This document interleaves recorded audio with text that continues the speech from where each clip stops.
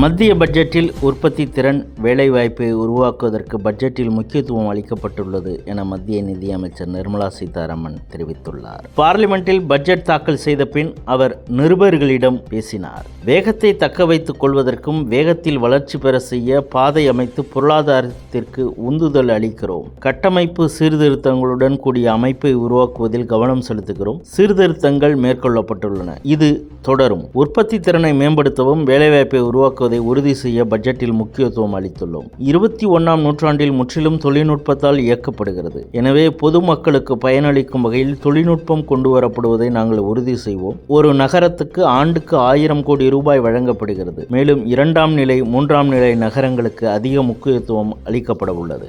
Semi conductor திட்டத்தில் 2 முக்கிய அறிவிப்புகள் வெளியிடப்பட்டுள்ளன. இது அறிவுசார் சொத்துரிமை தொடர்பான விஷயங்களை மேம்படுத்தும். 40,000 கோடி ரூபாய் மதிப்பிலான மின்னணு பாகங்கள் உற்பத்தி திட்டம் மின்னணு துறையில் இந்தியா தற்சார்பு நிலையை அடைய ஊக்கமளிக்கும். இந்தியாவில் தனது சொந்த தேவைகளை தனது பொருட்களால் பூர்த்தி செய்து கொள்ளும் வகையில் அரிய வகை கனிமங்களை வழித்தடங்களை அமைப்பதையும் அறிவித்துள்ளோம். இந்த கனிமங்களை கண்டறிந்து அவற்றை நமக்கு கிடைக்கச் செய்யும் போது அரிய வகை தாதுக்கள் வெளிநாடுகளில் இருந்து இறக்குமதி செய்யும் நிலை குறையும். இவை ஒடிசா, கேரளா, ஆந்திரா மற்றும் தமிழகத்தில் அமைய உள்ளன. இவை மிகவும் முக்கியமான முன்னேற்றங்கள். மேலும் இவை இந்திய பொருளாதாரத்தில் பலதரப்பட்ட நேர்மறையான தாக்கங்களை ஏற்படுத்தப் போகின்றன. காந்தங்கள் மற்றும் அரிய மண் தனிமங்களுக்கான நமது சார்பு நிலை குறைக்கப்படும். இறக்குமதி வரியில் இருந்து விலக்கு அளிக்கப்பட்ட நோய்களின் பட்டியலில் மேலும் 7 அரிய வகை நோய்கள் சேர்க்கப்பட்டுள்ளன. நேரடி மற்றும் மறைமுக வரி தொடர்பான மேலும் பல முன்மொழிவுகளும் உள்ளன என தெரிவித்தார். So this budget being the first one, as the Honorable Prime Minister said 2 days ago, this being the first one for the second quarter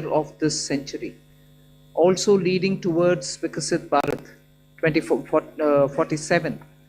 We are laying the path and giving a push to the economy to maintain the growth momentum, and for that growth momentum or sustained economic growth which we want to ensure, primarily we are looking at building the ecosystem with structural reforms which will go on.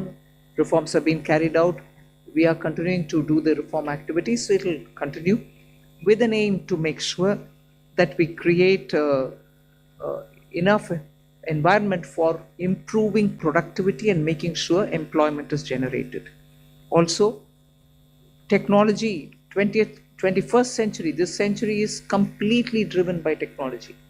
So we will ensure that technology is brought in to benefit the common man, to make sure common man benefits in the sense of ease of doing living, or for his business to prosper, or for farmers for greater productivity or better logistics, whatever. So technology for benefiting every common man, and above all, with all this, inclusive development. Sabka Saath, Sabka Vikas, and that is why you heard me bringing in schemes which have good allocations for bringing better health facilities, creating a cadre of people, not cadre in that sense, but a bulk of people who can come in as health workers, paramedics and so on, and also making sure we are able to provide dignified opportunities for Divyangjan. Mental health has also received a lot of attention. So these are the side for Viksit Bharat and making sure Sabka Vikas hoega. But the idea is the advantage and the momentum that we gained since after COVID by increasing public capital expenditure will continue. We've announced that 12.2 lakh crores are coming through public expenditure this time. It is 4.4% of the GDP.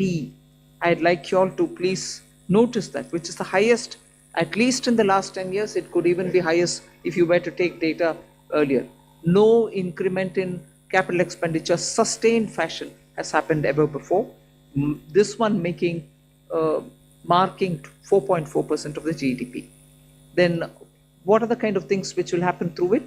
You will have dedicated freight corridors. I've named Dankuni in the east, Surat in the west. Then I've also highlighted that 20 new national waterways, not national highways, national waterways are being planned. And again there, those are going to pass through some of the critical mineral areas. Orissa, where the mineral rich state, you have the waterways taking it to the port. and the 2 ports have been identified, Paradip and Dhamra. Similarly, we are also making sure that the coastal cargo movements will be enabled through a cargo route, so that through the coastal area we are able to cut down on cost of movement of goods. City economic regions, developing them is a very big new measure that we're coming up with. And for that, an allocation of 5,000 crore per city economic region. Imagine the amount, 5,000 crores in 5 years, 1,000 crore per year per city is being given, and the emphasis is going to be largely on tier 2, tier 3 cities. And then talking of infrastructure further, with the capital expenditure coming with the big number, you're having also the high-speed rail corridors. 7 of them announced. The destinations are clear, so that they become the bridge for all these economical robust centers. So those are for making sure that the infrastructure and the capital expenditure are getting tied up, and the country benefits from the ripple effects that these can bring in. The 7 strategic and frontier sectors in which we've highlighted that will increase productivity and also have new investments come in and give emphasis for India's own brand on those things is on the biopharma sector. I think that's going to be a big change in the way in which we are looking at giving capacity for those who are able to research, who are able to undertake research and development. So 10,000 crore initiative again over 5 years for domestic biologics and biosimilar production.